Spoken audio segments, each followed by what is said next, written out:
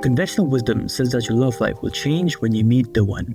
The relationship should feel smooth and easy. And I'm here to tell you that love is a big waste of time if you keep believing such blasphemies. Because it's exactly thoughts like these that fuck up your relationships in the first place. Or at least, that's what I learned from this book anyway. But it's not really our fault, is it? Nobody sits us down and teaches us how to love. Personally, I've always been very interested in the science of relationships, hence I eventually had to pick up The Entries of Love by Jay Shetty. Jay Shetty, as you might have heard, was once a monk for 3 years, and he eventually became a life coach followed by over 50 million people across social media. And he is now a New York Times best-selling author for his book starting from Think Like a Monk to now the book we're gonna cover today. A book entirely dedicated to answering the following question. How do you actually find love? How do you find peace within yourself? And most importantly, how do you actually experience true love? Let's get into it. Rule number 1.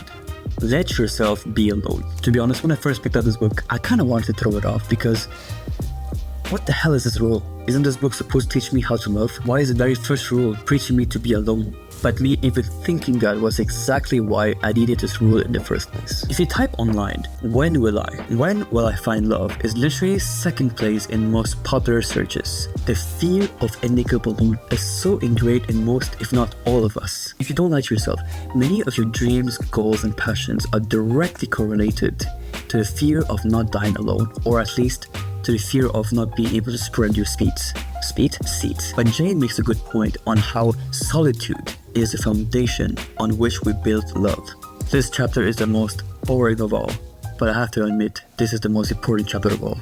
Because the author encourages us to spend time carefully analyzing ourselves, to spend intentional time with yourself, to know your own values by observing your daily choices. Jane encourages us to ask these questions. What do you tend to spend money on?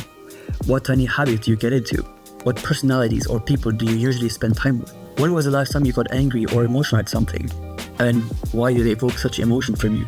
Basically, how do you expect to understand others if you can't even understand yourself? Want to go on a journey with someone, not make them your journey. They are your partner, not your better half. There's another quote in this book that I really fucking like. The very process of learning to understand and love yourself helps you understand the effort required to love someone else. Basically, you train to love your own weaknesses because when you do get a partner, you learn to love all their beauty and their imperfections simply because you know deep down that you are not perfect. Therefore, you stop expecting perfection from your partner. Rule number 2. Don't ignore your karma. As someone who came from a monkish background, many concepts of this book were directly inspired by the oldest Hindu scriptures called the Vedas.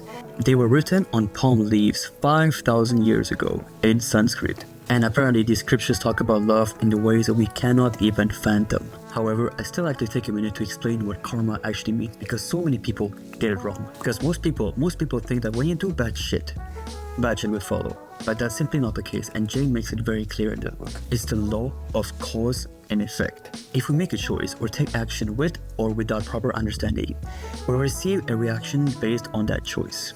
Now, how does that apply in relationships? This book, Jay highlights the importance of minding your own karma as it enables you to use your past experiences to make the best choices now for your relationships. Everything you learn from your childhood, your friends, your parents, movies, media, social media, everything, whatever, it plays such an integral role on your ability to make choices. I was 7 years old when I realized that love was a big waste of time after I saw my parents arguing to the point of violence.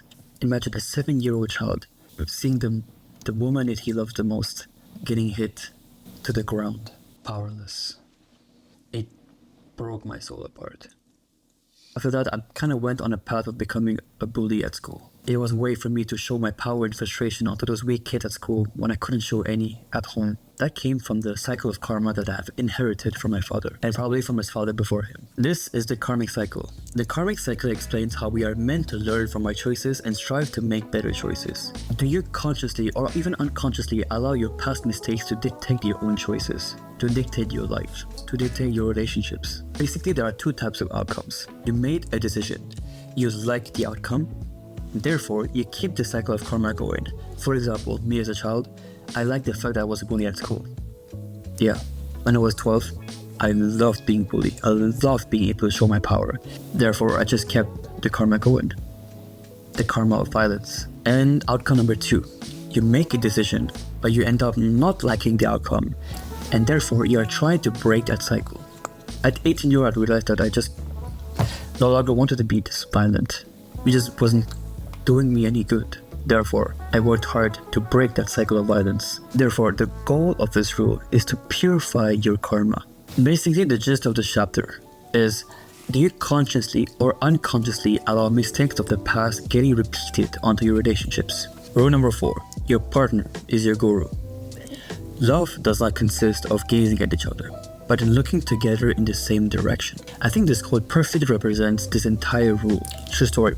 Last week I had a fight with my girl. She found that I don't spend enough time with her, that she feels like she was competing with my work. Now those are, shall I admit, very valid. But what does that teach me about me?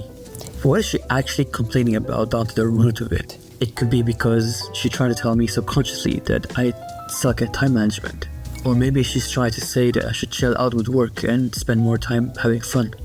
Or maybe she's trying to subconsciously teach me that I should organize my schedule better. The thing is, I don't even think she realizes that she's teaching me, but she is. Your partner is, as someone that spent a lot of time with you, knows a shit ton about you. As such, your partner is your best teacher for life, whether they themselves realize it or not. Final rule, love again and again. The river that flows in you also flows in me. You see, there are many discussions and debates about what's the highest form of love. The book answers this question by solving this next question. How do you find and experience true love?